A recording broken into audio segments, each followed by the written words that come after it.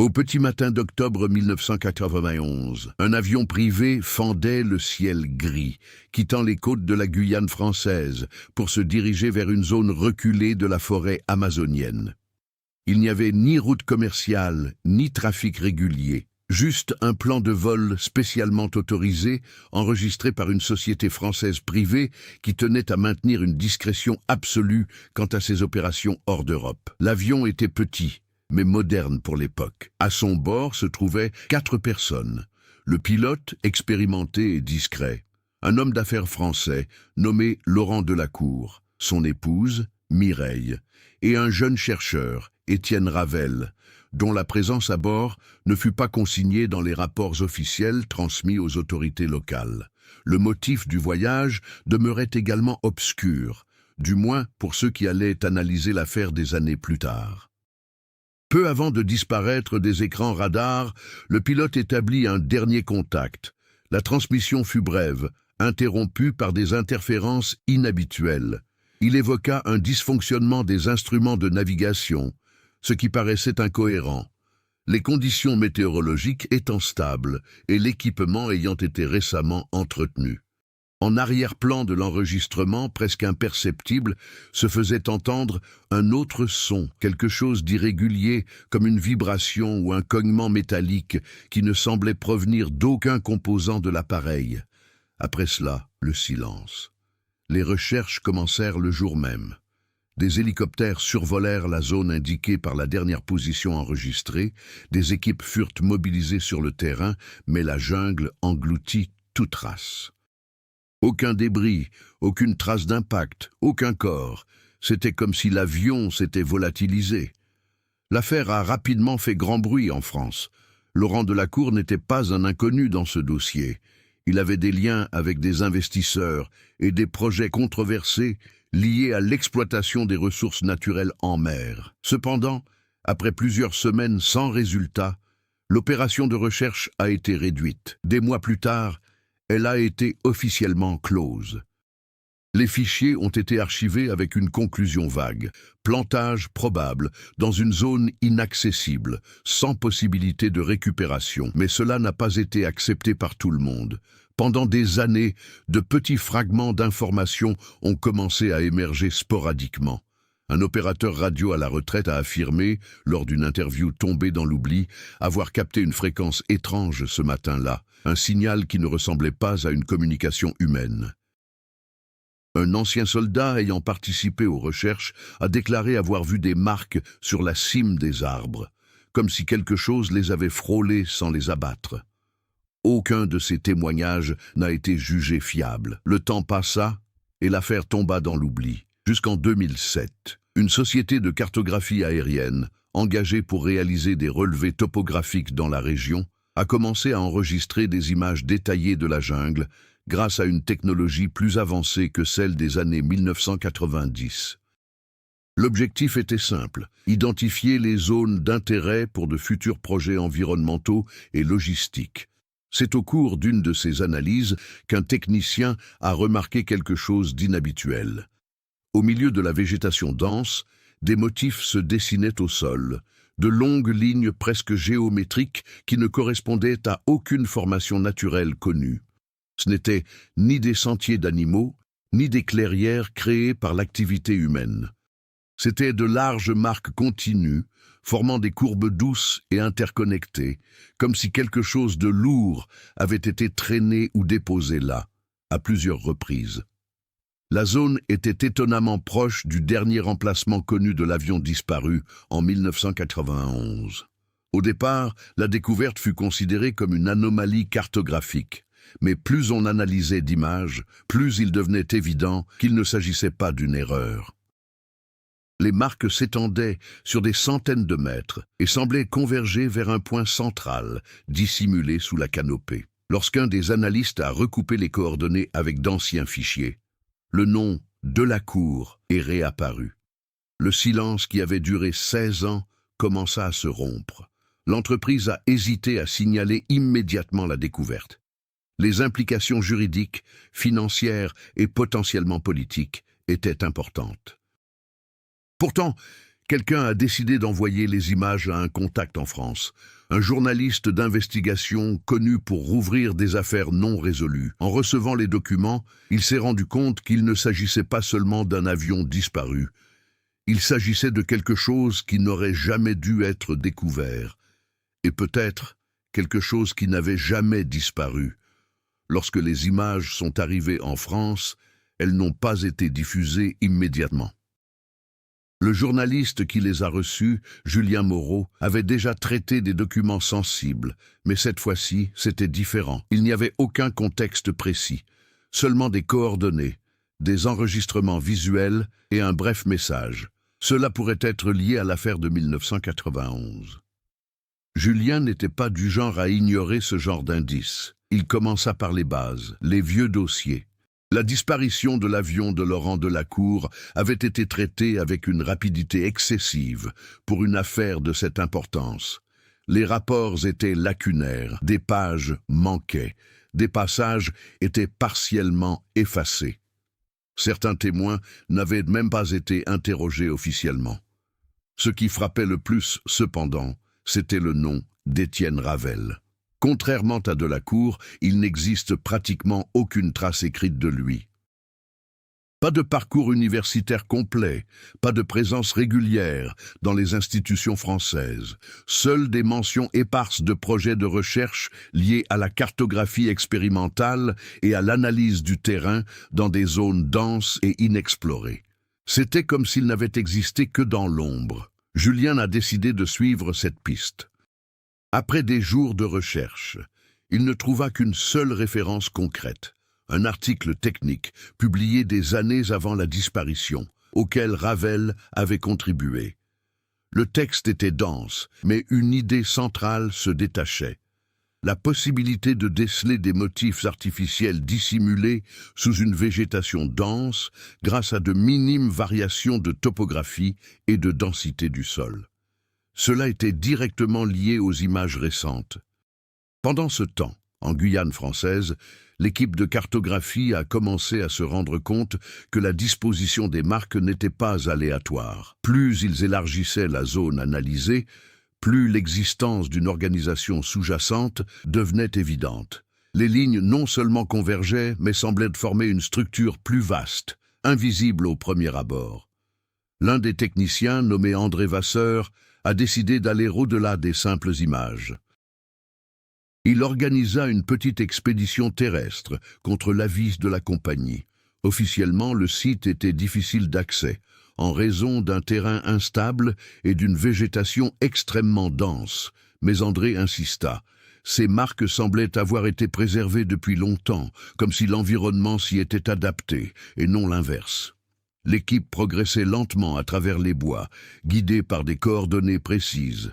La chaleur était suffocante, le silence inhabituel. Par moments, même les bruits habituels de la forêt étaient inaudibles. Après des heures de voyage, ils arrivèrent au premier repère visible.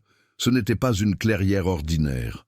Le sol présentait une légère dépression continue, comme une piste trop large pour un véhicule conventionnel.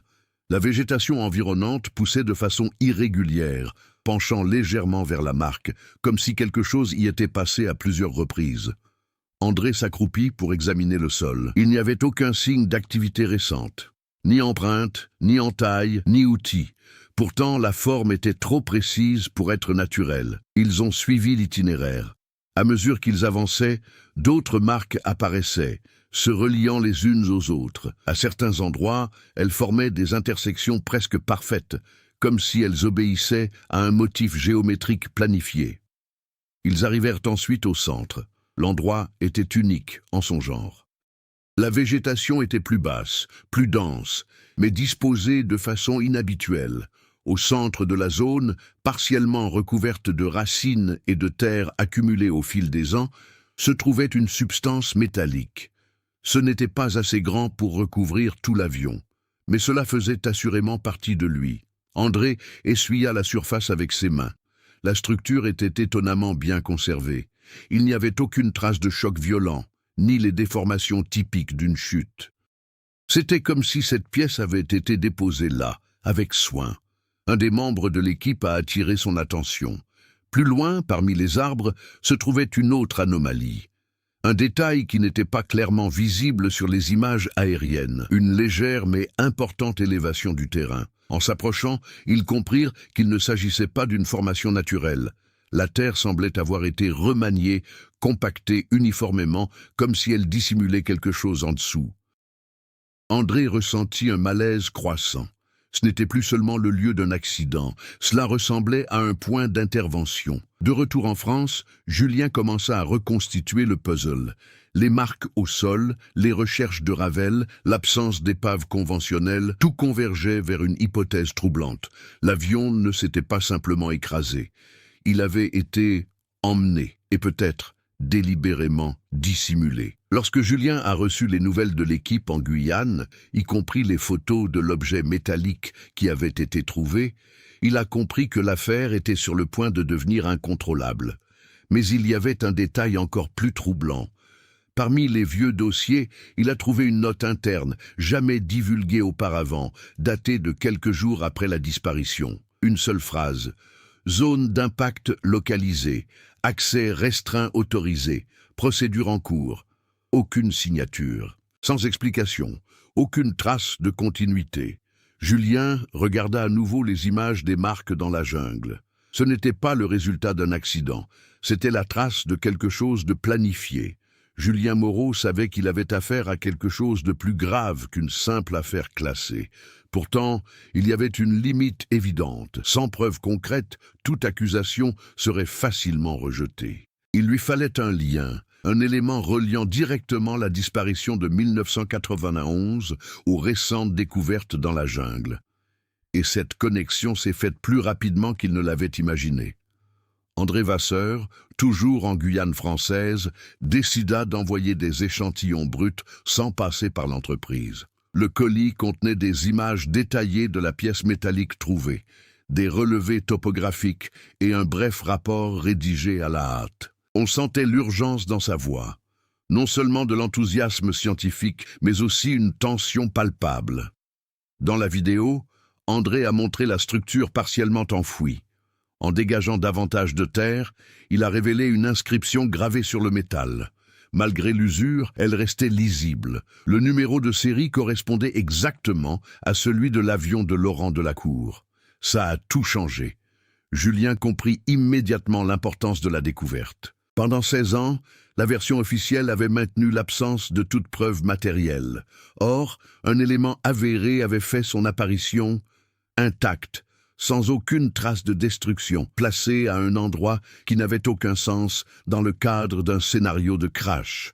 Mais ce n'était pas le plus étrange, c'était l'environnement. Les mesures envoyées par André indiquaient que le sol autour de la pièce présentait des variations de compaction inhabituelles. Il ne s'agissait pas simplement de terre déplacée. On observait des couches uniformément comprimées, comme si une force contrôlée avait agi sur cette zone. En analysant les données, Julien remarqua un autre détail. Les motifs dans le sol n'étaient ni aléatoires, ni simplement convergents. Ils suivaient des trajectoires courbes qui, une fois superposées, formaient quelque chose qui ressemblait à un système, presque comme des traces de déplacement. Mouvement de quoi? La question est restée sans réponse. Dans la jungle, la situation commençait à devenir incontrôlable. Après la découverte de l'artefact, l'équipe d'André décida de prolonger son séjour sur place. La deuxième nuit, un événement inhabituel se produisit. Le matériel de communication a commencé à dysfonctionner. D'abord, de légères interférences. Puis, une perte totale du signal. Un membre de l'équipe a essayé avec un autre appareil, mais le résultat fut le même. Aucune connexion extérieure. Ils étaient comme isolés, non seulement par la forêt, mais aussi par quelque chose qui bloquait toute tentative de contact. André a décidé de tout documenter. Sur l'enregistrement, sa voix était plus basse, plus prudente. Il raconta qu'à la tombée de la nuit, l'atmosphère autour du centre avait changé.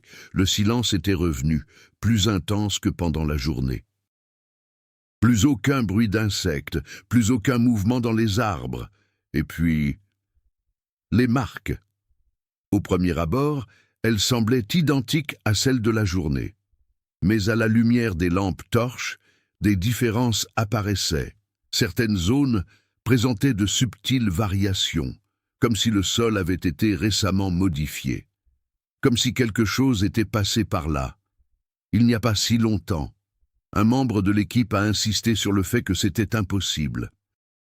Les marques étaient là depuis des années, des images aériennes l'ont confirmé. Mais André ne semblait pas convaincu. Le troisième matin, ils décidèrent d'étudier l'altitude du terrain. À l'aide d'outils de fortune, ils commencèrent à enlever la couche arable. Le processus était lent mais régulier. Au fur et à mesure, la terre devenait plus dure et plus compacte, jusqu'à ce qu'ils obtiennent quelque chose de concret. Métal. Pas fragmenté comme la pièce précédente, continu, extensif. La surface était lisse, sans aucune trace d'impact ni signe de corrosion importante.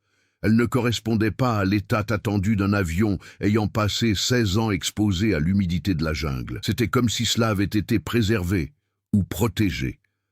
André recula un instant. Ce n'était pas qu'un simple débris. Cela faisait partie de quelque chose de plus grand, et il a été enterré délibérément. De retour en France, Julien commença à recouper les nouvelles informations. Une note interne trouvée dans les dossiers le hantait, procédure en cours. Cela laissait entendre que quelqu'un s'était déjà rendu sur place et avait exploité ce qu'il avait découvert. Mais quoi? Et pourquoi? Après des investigations plus poussées, Julien a découvert un nom récurrent dans des documents indirects, une division peu connue, liée aux opérations extérieures et active dans les territoires d'outre-mer. Aucun document public clair n'existait, mais la structure laissait supposer une implication gouvernementale. Si cela était vrai, cela signifiait que l'endroit avait déjà été visité. Et l'absence de débris n'était pas une coïncidence. C'était le résultat d'une intervention. Puis vint la dernière livraison d'André. Contrairement au précédent, celui-ci n'était pas un rapport technique. C'était un court enregistrement, instable, fabriqué de nuit. L'image ne montrait qu'une partie de la zone de fouille. L'éclairage était faible et instable. À l'arrière-plan, on distinguait un mouvement, non pas celui de personne, mais quelque chose à la limite de la visibilité. La voix d'André était à peine audible. Il chuchotait. Il a dit avoir entendu quelque chose bouger entre les marques, quelque chose de lourd, mais aucun arbre n'était abattu. Même pas des branches qui cassent, juste un déplacement. Comme si le sol lui-même était comprimé. L'enregistrement s'interrompt brusquement. Sans explication, aucune conclusion, Julien a tenté de prendre contact immédiatement. Aucune réponse. Le lendemain, la société responsable de l'équipe a signalé avoir perdu le contact avec le groupe d'André Vasseur. Officiellement, la raison invoquée était une panne technique, mais Julien savait déjà que ce n'était pas vrai. Le schéma se répétait. Tout d'abord, l'avion. Maintenant, l'équipe, la même région, le même silence. Et ces mêmes marques qui n'ont peut-être jamais été vraiment inactives. La disparition de l'équipe d'André Vasseur n'a pas été immédiatement rendue publique. L'entreprise responsable a traité l'incident de retard logistique, évoquant des difficultés de communication dans la région. En interne, cependant, la situation était différente. Des informations urgentes ont commencé à circuler. La zone où l'équipe avait disparu a été classée zone sensible et toute nouvelle expédition a été suspendue sans explication claire. Les employés, ayant eu accès aux images originales, ont reçu l'ordre de ne faire aucun commentaire. Certains ont même été démis de leurs fonctions. Julien Moreau s'est vite rendu compte que le piège se refermait. Il n'était plus le seul à observer cette affaire. Lorsqu'il a tenté de contacter d'anciennes sources liées à l'enquête de 1991, il s'est heurté à une résistance inhabituelle. Un ancien officier qui avait auparavant accepté de parler a désormais refusé toute conversation. Un autre contact a tout simplement disparu des fichiers, numéro inactif, adresse inoccupée. C'était comme si quelqu'un effaçait les traces. Encore une fois, mais Julien n'était pas seul. Claire Dufour, une analyste de données, nous a contactés après avoir repéré des schémas dans des images diffusées en interne avant le blocage. Elle travaillait dans un service externe qui avait traité certaines données topographiques, et un détail a attiré son attention avant que l'accès ne lui soit retiré. D'après Claire, les marques au sol ne formaient pas seulement des trajectoires, elles suivaient une logique répétitive, presque cyclique. Il y avait des points de départ et d'arrivée, comme si quelque chose se déplaçait le long de ces chemins à intervalles réguliers. Elle avait essayé de cartographier la fréquence de ces schémas. Le résultat était inquiétant. Les changements les plus récents du sol ont coïncidé avec des périodes spécifiques, notamment les jours qui ont immédiatement précédé la disparition de l'équipe d'André. Julien rencontra Claire à Paris, loin de tout environnement contrôlé. Elle avait apporté des copies partielles des données qu'elle avait réussi à sauvegarder. Dans un café discret, elle ouvrit son ordinateur portable et lui montra la reconstitution. À l'écran, ces marques formaient quelque chose qui allait bien au-delà de simples traces. C'était un système actif. Julien observa en silence. Cela ne ressemblait pas à une vieille enquête sur un accident.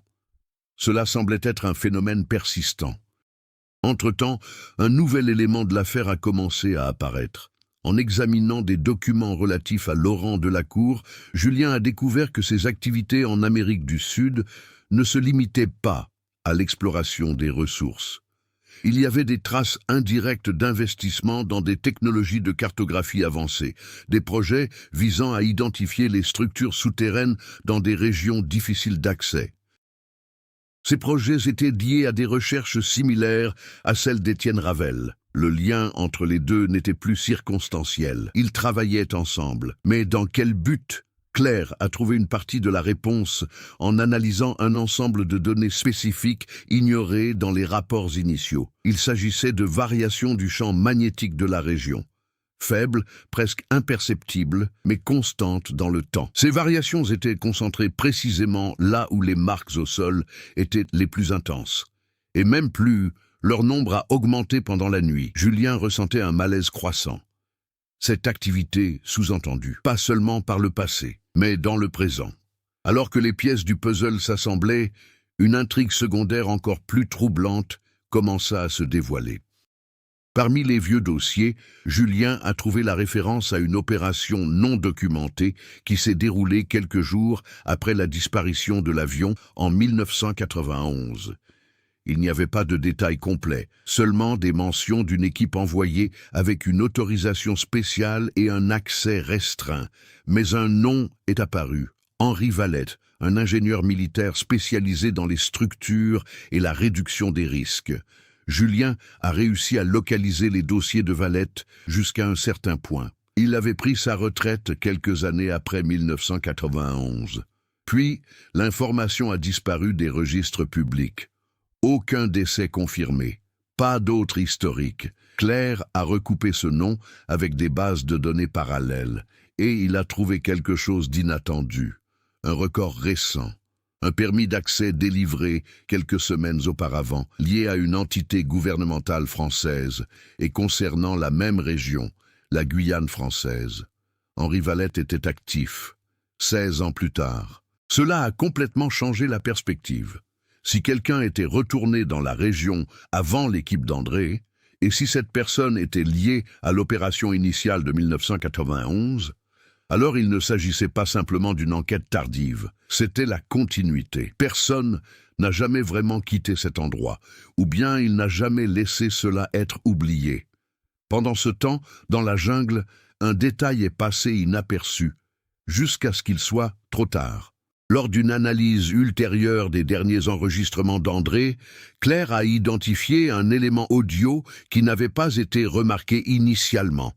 Un motif sonore faible, presque imperceptible, présent à divers moments. Ce n'était pas du vent, ce n'était pas un animal, c'était rythmé, régulier, comme un pouls.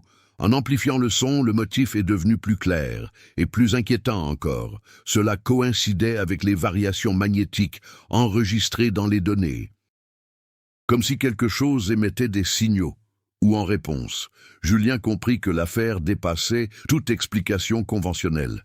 Il ne s'agissait pas simplement d'un avion disparu, ni d'une équipe perdue dans la jungle.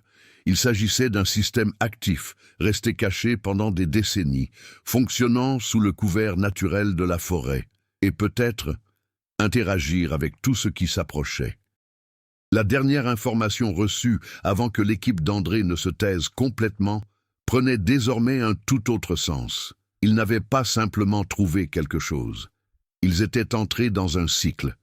Et peut-être, j'ai activé quelque chose qui n'aurait jamais dû être dérangé. Julien n'eut pas le temps de bien assimiler ce qu'il avait découvert avec Claire avant qu'un événement inattendu ne se produise. Henri Valette a pris contact, pas par téléphone, pas par message direct, mais par le biais d'une enveloppe déposée à la réception de l'immeuble où travaillait Julien. À l'intérieur, il n'y avait que 3 choses. Une vieille photographie, une carte partiellement brûlée et une phrase manuscrite. « Vous cherchez au mauvais endroit ». Julien a d'abord analysé la photographie. C'était en 1991. L'image montrait une clairière créée dans la jungle, non par les forces de la nature, mais par l'intervention humaine. Du matériel était disposé autour d'une zone centrale, où la terre semblait avoir été enlevée. Des hommes en uniforme étaient visibles à l'arrière-plan. Et au centre de l'image, il n'y avait aucun débris d'avion. Il y avait une structure, partiellement exposée, métallique. C'est trop gros pour faire partie d'un avion de cette taille. Claire s'approcha, observant en silence. Cela ne correspondait à rien dans les rapports officiels. La carte, quant à elle, était encore plus inquiétante. Elle délimitait 2 zones distinctes dans la même région de la jungle. La première coïncidait avec l'endroit où l'avion avait disparu et où l'équipe d'André a retrouvé les fragments. Le second était situé à quelques kilomètres au nord. Aucun antécédent, sans aucune mention dans les enquêtes. La phrase commençait à avoir du sens. « Vous cherchez au mauvais endroit ». Julien en ressentit tout le poids. Tout ce qu'ils avaient analysé jusqu'alors, les marques, l'épave, les variations, n'était peut-être pas l'essentiel. Il pourrait ne s'agir que de la surface.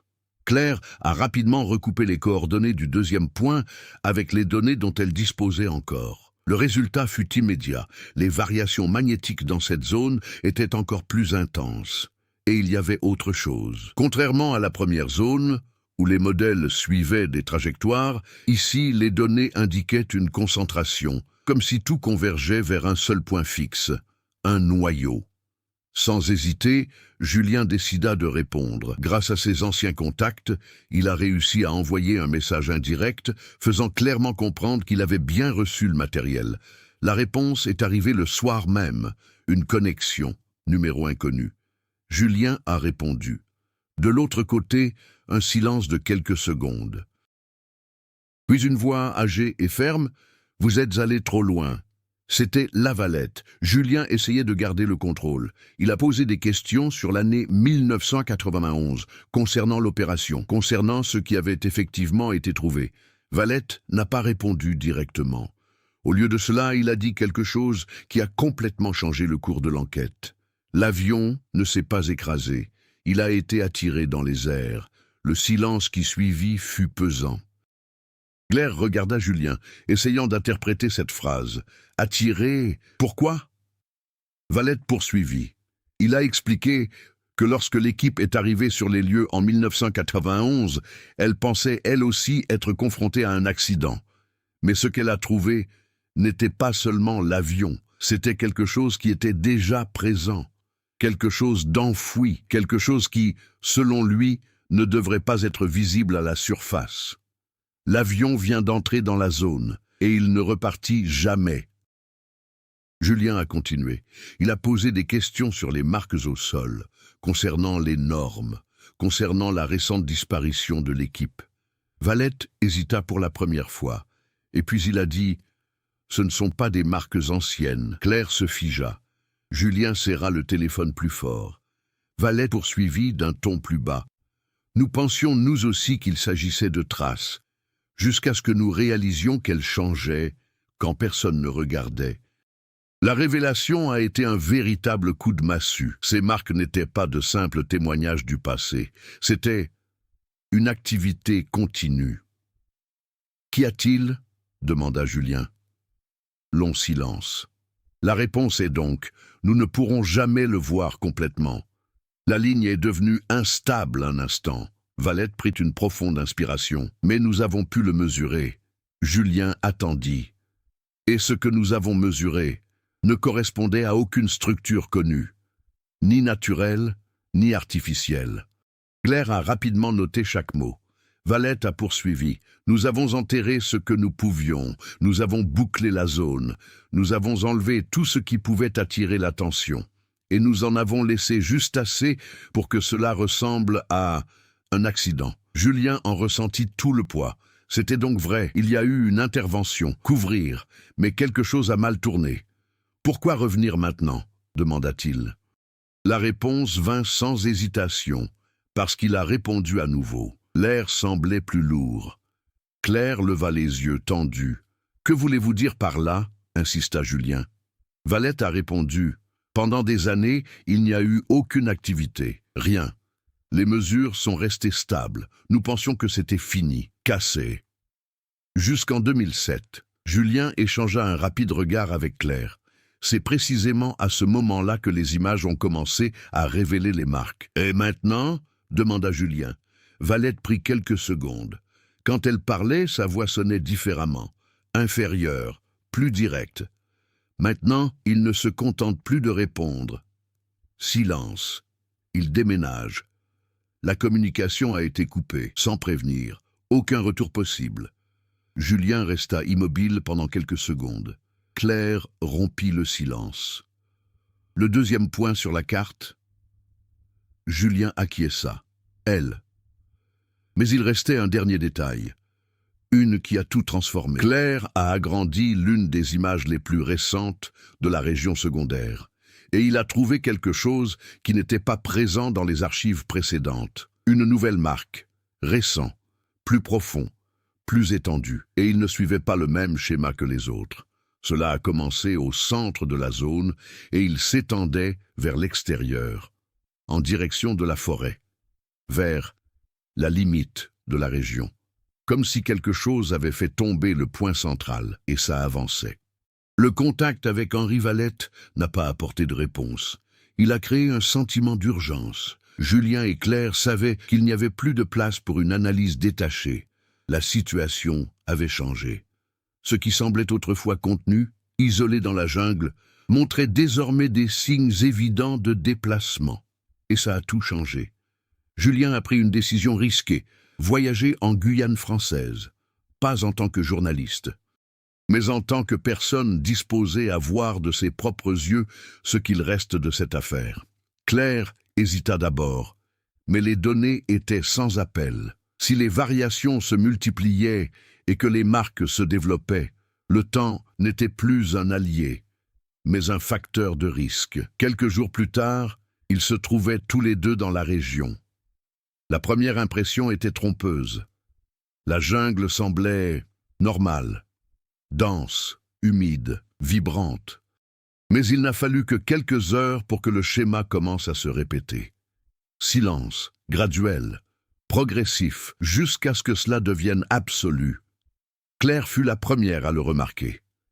Le matériel qu'ils avaient apporté a commencé à présenter des dysfonctionnements mineurs, des mesures incohérentes, des variations brusques et des interférences sans source identifiable. Julien se souvenait des enregistrements d'André. Cela se reproduisait. Suivant les coordonnées du second point indiqué sur la carte de Valette, ils évitèrent la zone initiale où les fragments d'avion avaient été découverts. L'objectif était désormais différent. Le centre royal, l'origine. Le sentier était plus difficile que prévu. La végétation semblait plus dense dans cette direction, comme si l'environnement s'était refermé sur elle au fil des ans. Par endroits, le sol était inégal. De subtiles dépressions, presque imperceptibles, mais alignées. Les marques. Mais différents, ce n'étaient pas des objets anciens. Claire s'accroupit pour observer l'un d'eux. Le sol était encore meuble, récent. Elle n'avait rien besoin de dire. Julien l'avait déjà compris. Quelque chose est passé par là, il n'y a pas si longtemps. Ils ont continué. Le silence était désormais oppressant. Aucun chant d'oiseaux, pas d'insectes, La forêt ne réagit pas à leur présence, comme si c'était en attente. Quelques heures plus tard, ils arrivèrent. Le deuxième point. L'endroit ne ressemblait à rien de ce qu'ils avaient vu auparavant. Il n'y avait pas de clairière, mais la végétation poussait de façon anormalement uniforme, comme si elle était maintenue selon un schéma précis. Au centre, le sol présentait une légère élévation, semblable à celle observée par l'équipe d'André, mais à une échelle plus importante, beaucoup plus grand. Claire a vérifié les données en temps réel. Les mesures magnétiques étaient hors de toute plage de valeur attendue. C'étaient des ailes. Sans perdre de temps, ils commencèrent à analyser la zone. Julien fit le tour de la butte, observant le terrain.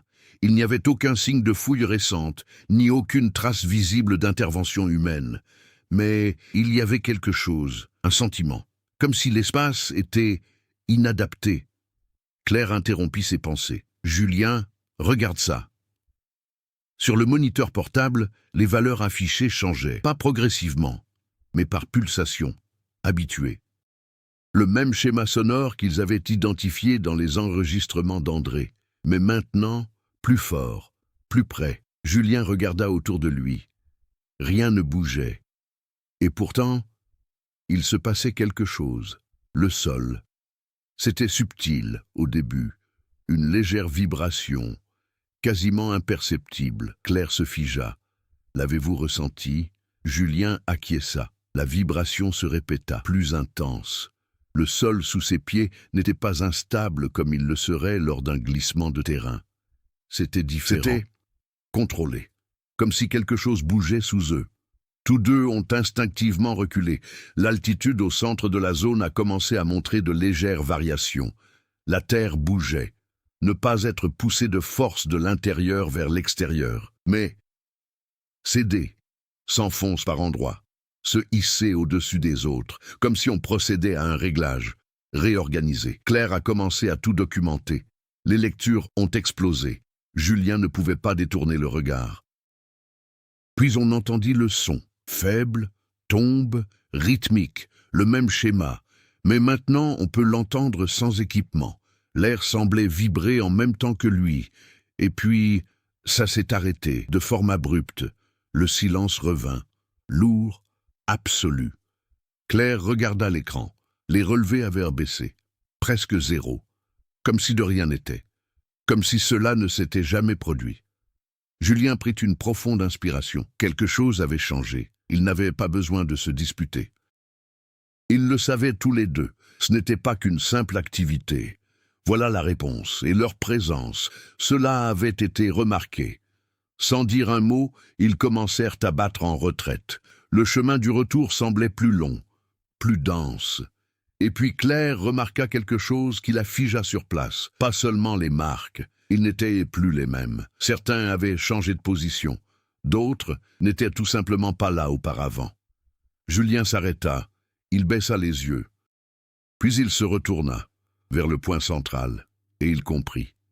Les marques ne se contentaient pas de se développer. Ils suivaient. Julien et Claire n'ont pas couru. Mon instinct me disait de courir, mais l'expérience me disait le contraire. Un mouvement impulsif, à ce moment-là, pouvait être précisément ce qui se cachait sous terre. Du moins, je l'espérais. Ils ont ralenti. Étape contrôlée. Respiration mesurée. Désormais, chaque décision devait être prise en toute conscience. Claire gardait les yeux rivés sur l'écran, malgré les mesures instables. Elle ne cherchait pas plus de précision, mais des schémas, la moindre répétition, la moindre réponse qui puisse révéler une logique dans ce à quoi ils étaient confrontés. Et c'est exactement ce qu'elle a découvert. Julien, arrête! Il obéit immédiatement. Claire désigna l'appareil. Les relevés n'étaient plus aléatoires. Ils ont réagi. Dès qu'il faisait plus de 3 pas consécutifs, le pouls revenait, faible mais présent. Lorsqu'il s'arrêtait, le rythme s'estompait.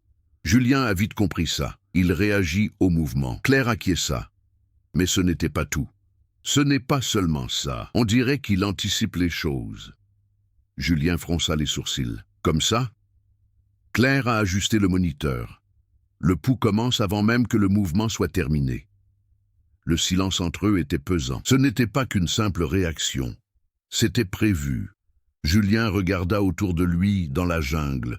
Le sentiment d'être observé est revenu, plus fort, plus concret. Mais il n'y avait pas Dieu, il n'y avait aucune présence visible, rien que l'ambiance et ce qui se trouvait en dessous. Il a pris une décision. Nous n'allons pas nous enfuir, nous allons le tester. Claire n'a pas protesté. Ils avaient besoin de comprendre.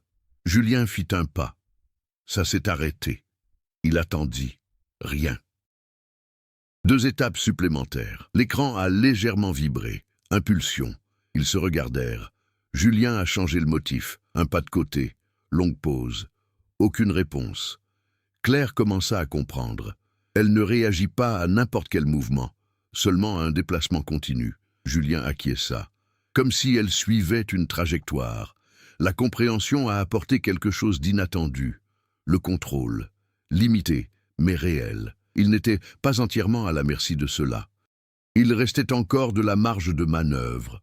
Julien pointa du doigt dans la direction opposée au centre. « Sortons d'ici », en brisant le schéma habituel. Claire prit une profonde inspiration. Et c'est ainsi que tout a commencé. Des pas irréguliers, de longues pauses, changement de direction inattendu. Le trajet n'était pas efficace, mais ça a fonctionné. Le pouls a ralenti, les vibrations ont cessé. C'était comme s'il avait du mal à suivre des mouvements imprévisibles. Pendant plusieurs minutes, voire plus, ils avancèrent ainsi. La tension ne s'est pas apaisée, mais quelque chose à l'intérieur de Julien Mudou. Auparavant, il avait mené l'enquête. Il réagissait maintenant. J'apprenais. Il s'est adapté. Et c'est ce qui a fait toute la différence. Claire, pour sa part, est allée encore plus loin. Au fur et à mesure de leurs mouvements, elle a commencé à enregistrer non seulement les réponses du phénomène, mais aussi le temps entre les impulsions, l'intensité et la direction relative. Elle ne se contentait plus de fuir. J'étais en train de le décoder. Et puis, une découverte cruciale. Julien, il n'est pas partout. Il s'arrêta. Quoi? Claire désigna l'écran. Les lectures, elles ont une origine directionnelle. Julien est parti. Vous voulez dire que il y a un point principal. Le reste, ce ne sont que des extensions. Julien ressentit tout le poids de cette information. Cela signifiait que ce qui se cachait sous la jungle n'était pas quelque chose de dispersé. C'était centralisé, avec des répercussions, en tant que système ou une structure. Mais cela signifiait aussi autre chose. Si nous prenons suffisamment de distance, Claire a ajouté, son influence diminue. Ils ont modifié l'itinéraire, toujours rompre le schéma. Éviter toujours les longs déplacements linéaires. Peu à peu, l'atmosphère commença à changer. Le silence était toujours présent, mais moins intense. L'air semblait plus léger. L'équipement a commencé à se stabiliser. Et puis, pour la première fois depuis leur arrivée dans la région, un son, un insecte, loin, mais c'est réel. Claire parut. Elle regarda Julien. Nous partons. Mais Julien ne semblait pas soulagé. Il regardait en arrière, en direction de la jungle la plus dense, pensée. Tout connecté, l'avion, les marques, l'équipe manquante, Valette, le noyau, et maintenant, le comportement. Ce n'est pas un hasard, dit-il doucement. Claire attendit. Il ne se contente pas de réagir. Il apprend. Le silence revint un instant. Mais maintenant, c'était différent. Ce n'était pas seulement de la peur. C'était compréhensible. Et cela a rendu la situation encore plus dangereuse. Claire éteignit l'écran un instant. Il faut donc qu'on parte d'ici avant qu'ils nous comprennent complètement. Julien acquiesça. Mais au fond de lui, il savait. Il était peut-être déjà trop tard. Car lorsqu'il franchit l'étape suivante, il ressentit quelque chose qu'il n'avait jamais ressenti auparavant. Cela ne venait pas du sol. Non, ce n'est pas le cas, mais de l'intérieur. Une légère pression, comme un écho. Comme si, l'espace d'un instant, quelque chose avait répondu, non au mouvement, mais à la présence. Et à ce moment-là, Julien comprit. Ils n'étaient pas simplement suivis, ils avaient été marqués. Ils n'ont cessé que lorsque la jungle a pu respirer à nouveau. Le premier son distinct, Le bourdonnement incessant des insectes marqua la frontière invisible séparant deux réalités. Claire le confirma sur l'écran. Les relevés étaient revenus à des niveaux quasi normaux. L'influence directe avait disparu. Mais pas le sentiment. Julien posa les mains sur ses genoux, tentant de reprendre son souffle. Ce n'était pas seulement une fatigue physique. Il y avait quelque chose de persistant, comme un bruit intérieur qui refusait de disparaître complètement. Claire s'en rendit compte. « Vous le sentez encore ?» Julien hocha la tête sans regarder. « Ce n'est pas externe. » Elle n'a pas répondu immédiatement. « Parce que je l'ai ressenti aussi. Non pas comme une vibration, mais comme une impression. Comme si quelque chose avait été oublié. » Ils s'éloignèrent encore un peu avant d'établir un point d'arrêt temporaire. Rien à voir avec un véritable campement. Juste de quoi réorganiser leur matériel, vérifier leurs données et décider de la suite de leur itinéraire. Et cette fois, il n'y avait aucun doute. Ils ne se contentaient plus d'enquêter. Ils étaient impliqués. Claire a rallumé le moniteur. Les données recueillies lors du contact direct avec la zone centrale étaient incomplètes et instables, mais des tendances se dégageaient. Et parmi elles, une nouveauté. Elle a développé un passage précis. Julien, cela n'arrivait pas avant. Il s'approcha. Les relevés, même en dehors de la zone active, ont montré de faibles variations. Bagarre, mais régulier. Julien comprit immédiatement. Il n'est pas resté là-bas. Claire confirma, le regard tendu, une partie. Nous accompagnait. Le silence qui suivit n'était pas un silence de doute. C'était une question d'acceptation. Julien passa la main sur son visage. Cela change tout. Claire n'était pas en désaccord. Si elle pouvait s'étendre au-delà de sa zone d'origine, alors elle n'était pas confinée à la jungle. Il n'a pas été contenu. Et peut-être que cela n'avait jamais été le cas. Julien a pris une décision rapide. Nous devons rentrer. Maintenant. Mais Claire hésita. Et on laisse ça sans compréhension? Il la regarda droit dans les yeux. Nous en avons assez compris pour savoir que nous n'aurions pas dû être ici. Avant qu'elle puisse répondre, un bruit lointain interrompit l'instant. Faible, mais distinct. Claire se figea.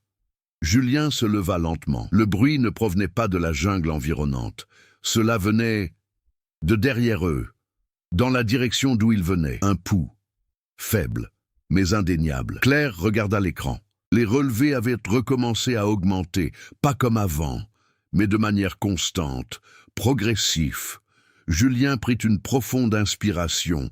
Il ne resta pas immobile. Claire a ajouté « Il arrive ». Cette découverte n'a pas provoqué de panique immédiate. Cela a apporté de la clarté. C'est urgent. Ils se remirent en route, cette fois sans aucun test ni analyse. L'objectif était désormais la distance. Plus loin de la zone d'origine, mieux c'était. Mais quelque chose avait changé. Même avec ses mouvements erratiques, voire ses ruptures de schéma, le pouls persistait, plus faible qu'avant. Mais je continue. Julien l'a remarqué en premier. Il ne dépend plus de notre mouvement. Claire serra plus fort l'écran. Alors, que suit-il? La réponse est venue sans mots. Ils le savaient tous les deux. Présence. Ils ont accéléré. Le terrain commença à changer, signe de la proximité d'une zone moins dense.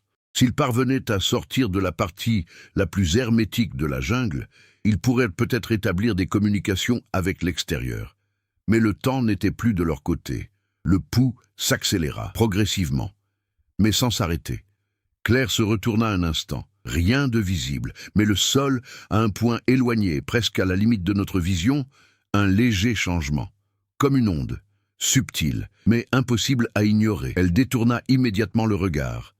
Ne regarde pas en arrière. Julien n'a pas protesté. Ils ont continué. Des étapes plus rapides maintenant, moins de contrôle, plus d'instinct.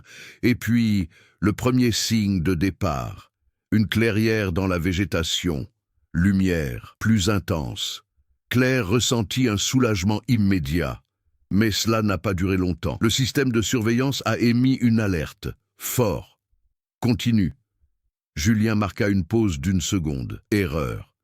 Claire lui a tiré le bras. N'arrêtez pas! Mais il était trop tard. La vibration est revenue. Plus intense qu'avant. Pas sous les pieds, mais tout autour, comme si c'était environnant. Julien baissa les yeux. Les marques. Nouveau.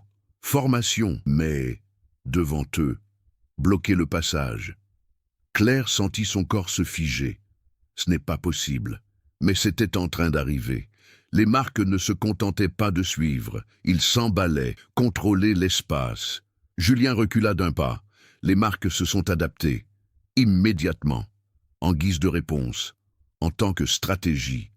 Et puis vint la prise de conscience finale. Ce n'était pas simplement une réaction. Je n'étais pas seulement en train d'apprendre. J'étais en train de décider. Le chemin vers la sortie n'était plus dégagé. Et, pour la première fois depuis le début de tout cela, Julien comprit qu'il n'essayait peut-être pas de s'échapper, mais être guidé, dos. Julien cessa de reculer. L'instinct hurlait encore de fuir, mais une force plus puissante prit le dessus, la compréhension. Tout jusqu'alors convergeait vers le même schéma. Un mouvement prévisible engendrait une réaction. La fuite provoquait une poursuite. La résistance directe entraînait un blocage. Il ne s'agissait pas seulement d'empêcher les choses. Je voulais conduire. Claire remarqua le changement chez lui. Julien, il ne la regarda pas. Ses yeux étaient fixés sur les marques qui se formaient devant lui, s'adaptant à chacun de leurs infimes mouvements. On joue mal. Claire ressentit le poids de ces mots. Comme ça, Julien prit une profonde inspiration. Nous essayons de partir, mais il ne nous en empêche pas par légitime défense.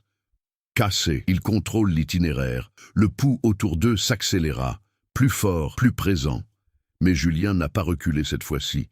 Il fit un pas en avant, direct, sans rompre le schéma, sans hésitation. Les yeux de Claire s'écarquillèrent. « Êtes-vous devenu fou ?» Mais son écran affichait quelque chose d'inattendu. Le pouls a changé. Il n'a pas augmenté.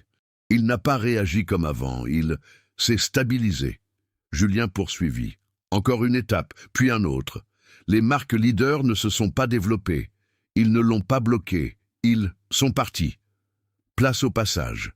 Claire sentit son cœur s'emballer. Est-ce qu'il me laisse faire? Julien a finalement répondu « Non, il veut ça ». La compréhension est venue de façon brutale.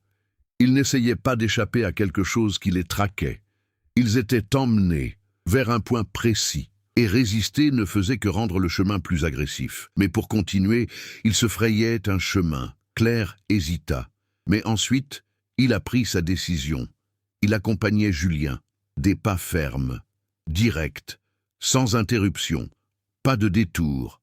Le pouls autour d'eux s'accéléra, non pas comme une menace, mais comme une intensité croissante, comme la proximité.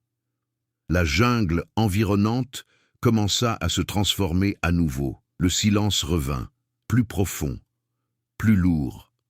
La lumière semblait différente, filtrée de manière inégale par les arbres. Et puis, ils sont arrivés, le noyau, il n'y avait pas de clairière, il n'y avait pas d'ouverture, mais l'espace semblait vide, faux, le sol était trop uniforme, trop lisse, et au centre, une dépression, circulaire, parfait, comme si quelque chose d'énorme s'était trouvé là, et qu'il n'était plus là. Claire a rapproché l'écran, les relevés étaient à la limite, instables, presque effondrés.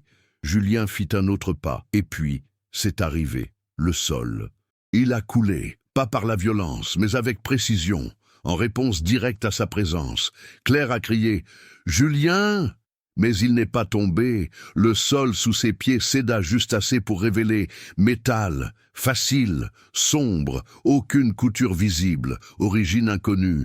La surface réfléchissait la lumière de manière déformée, pas comme un miroir, mais comme quelque chose d'irrégulier, viveau. Le pouls n'était plus seulement un son, ce fut une sensation, pression. Claire avait du mal à respirer. « Ce n'est pas possible !»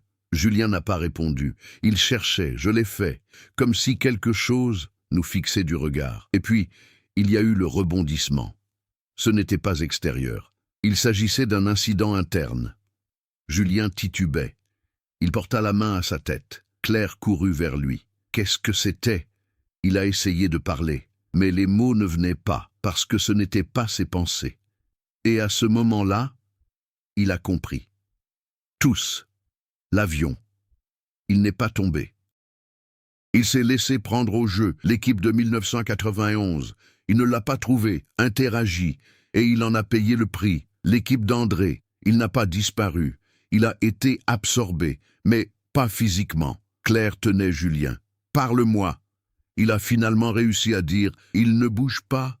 Claire se figea. « Quoi ?» Julien regarda directement la surface métallique. Il n'a jamais bougé. Le silence était absolu. Puis il a poursuivi. « Ces marques ne sont pas les siennes. » Claire sentit son corps se refroidir. « À qui appartiennent-ils » Julien a répondu, mais sa voix ne sonnait plus tout à fait comme la sienne. « Ils sont à nous !» L'écran de Claire lui a échappé des mains. Mon pouls s'est accéléré, violent, instable. Julien respirait difficilement. « Il ne suis pas cassé », il répond. Claire recula. « Non, non, mais il était trop tard. Ce qui était là n'était pas une entité se déplaçant dans la jungle. C'était quelque chose de fixe, quelque chose qui réagissait à la présence. J'ai appris des schémas. Et il s'est reproduit. Les marques ne se contentent pas de... Il ne s'agissait pas de traces de quelque chose qui avait disparu. Il s'agissait de projection, simulation, tentative, pour y parvenir, pour développer, partir. Et tout ce qui entrait en contact avec lui, cela a alimenté cela. Julien tomba à genoux. Ses yeux restaient fixés sur le métal. Il apprend à être nous. Claire sentit le désespoir l'envahir. Nous devons partir maintenant. Mais Julien ne bougea pas, parce qu'il le savait déjà. Et lorsqu'il a pris la parole, il a confirmé le pire. Nous sommes déjà partis. Claire parut, confus, terrifié. Que voulez-vous dire par là? Julien leva lentement les yeux. Mais quelque chose clochait. Tout à fait faux. Cette marque, il a indiqué la direction d'où il venait. Il n'allait pas sortir cassé. Le pouls atteignit son maximum. C'était nous qui revenions. Le sol trembla, pas en dessous d'eux, mais tout autour, comme si toute la zone était en cours de réaménagement. Et à ce moment-là, Claire comprit. Ils n'y avaient pas été conduits. Ils avaient été reconstruits là-bas. Et tout ce dont ils se souvenaient avoir vécu, ce n'était peut-être pas une option. Oui, simulation. La secousse cessa aussi brusquement qu'elle avait commencé. Mais rien n'est redevenu normal. Claire demeurait immobile, le regard fixé sur Julien, ou ce qu'il en restait. Son expression était encore humaine, son visage portait toujours les traits qu'elle reconnaissait, mais il y avait un léger décalage, comme si quelque chose se contentait de reproduire cela. Pas parfaitement, mais ça suffit. L'air ambiant semblait plus dense, presque statique. Le son avait de nouveau disparu, mais cette fois, il ne s'agissait pas seulement du silence de la jungle. C'était l'absence, comme si le monde qui les entourait s'était réduit à une couche superficielle. Claire tenta de reculer, une étape. La terre répondit, pas avec un bloc, mais avec des ajustements, subtils, quasiment imperceptibles, mais elle le sentait. Et puis il a réalisé, l'espace n'était plus fixe. Julien, ou l'entité qui parlait à travers lui, s'avança, sans effort, sans hésitation. Il n'est pas nécessaire de s'enfuir. La voix était assurée, mais dépourvue d'intention humaine. Claire essaya de parler, mais sa gorge se serra. Il a poursuivi. Nous comprenons déjà comment vous vous déplacez. L'emploi du pluriel n'est pas passé inaperçu. Claire sentit la panique monter en elle, mais elle lutta contre elle. Ceci n'est pas réel. Julien inclina légèrement la tête. C'est suffisant d'exister. Elle respirait difficilement. Il a essayé de rationaliser. J'essaie d'y trouver une logique, mais chaque tentative semblait prévisible, absorbée, réutilisée. Elle regarda autour d'elle. Les marques au sol changeaient. Plus de sentiers tracés, mais des schémas plus précis, plus organisés. Les structures sont actuellement testées, comme des idées dessinées sur le sol. Et puis vint la prise de conscience finale. Il ne s'agissait pas seulement de copier les mouvements. Je voulais imiter leur comportement, décision, conscience. Julien se rapprocha. Chacun de ses pas semblait trop parfait. Pas de gaspillage. Impeccable. Comme une version optimisée de quelque chose d'humain. Vous êtes venu ici chercher des réponses.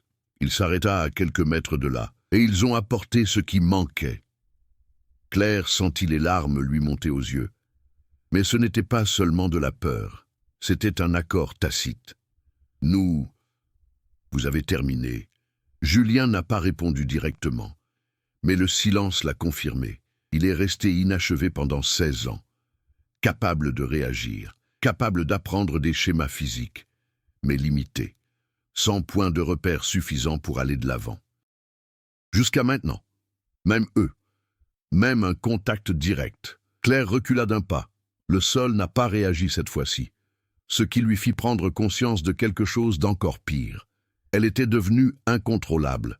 Ce n'était plus nécessaire, car l'objectif avait déjà été atteint. Julien tourna légèrement la tête, comme si elle entendait quelque chose qu'elle ne pouvait pas entendre, ou peut-être plusieurs. Il est déjà possible de rester en forme. Claire sentit tout son corps se refroidir. Quelle forme! Julien tourna son regard vers elle, et pour la première fois, il sourit.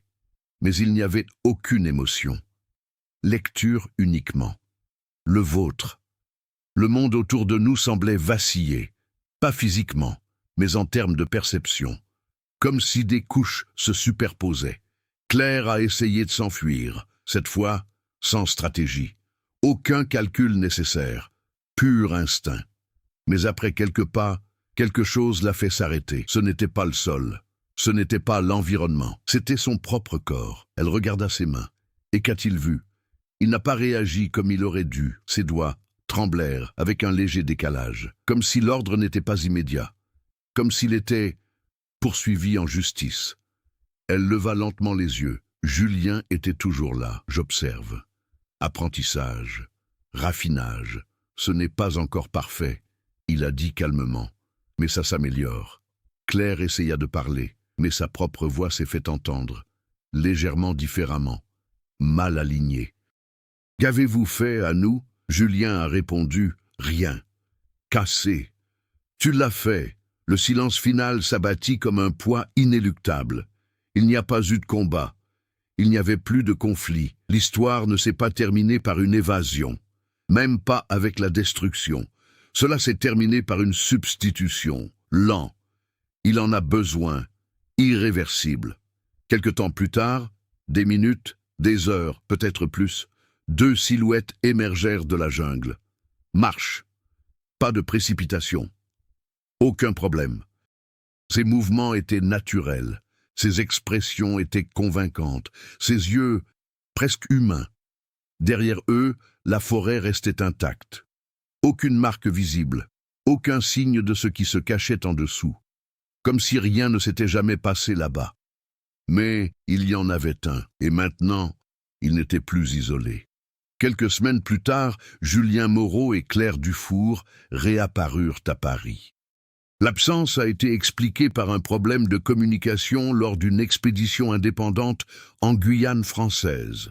Rien d'inhabituel, aucune enquête officielle n'a été ouverte, aucune question vraiment urgente n'a été posée. Ils sont revenus normaux. Julien est retourné au travail, Claire aussi. Les entretiens ont été accordés, mais ils sont restés volontairement superficiels. L'affaire de 1991 n'a été mentionnée que comme une hypothèse non concluante, reléguée une fois de plus au rang de mystère non résolu. Mais quelque chose a changé. De petits détails ont commencé à attirer l'attention. Pas suffisamment pour éveiller les soupçons, mais suffisamment pour créer un malaise. Julien n'a plus jamais improvisé de questions. Claire ne commit plus jamais d'erreurs. Ils semblaient tous deux plus précis, plus efficaces, plus justes que n'importe quel être humain ne devrait l'être. Et parfois, lors de moments de silence absolu, l'équipement situé à proximité a enregistré quelque chose de presque imperceptible. Un pouls faible, rythmique, comme un écho lointain. Ou peut-être un signe. Et si tout cela n'était pas qu'une simple histoire, et s'il existait dans le monde des endroits où quelque chose observe, apprend et attend? Dites-moi maintenant, Auriez-vous le courage d'enquêter sur cette affaire jusqu'au bout? Ou bien ferais-je comme tout le monde et laisserais-je simplement la chose enterrée? Dites-nous en commentaire ce que vous feriez dans cette situation. Je veux savoir jusqu'où vous iriez. Et si cette histoire vous a captivé jusqu'au bout, abonnez-vous à la chaîne et activez les notifications, car de nombreux autres mystères de ce genre restent à découvrir. Mais attention, certaines choses, une fois découvertes, ne vous lâchent plus. Haut de formulaire, bas du formulaire.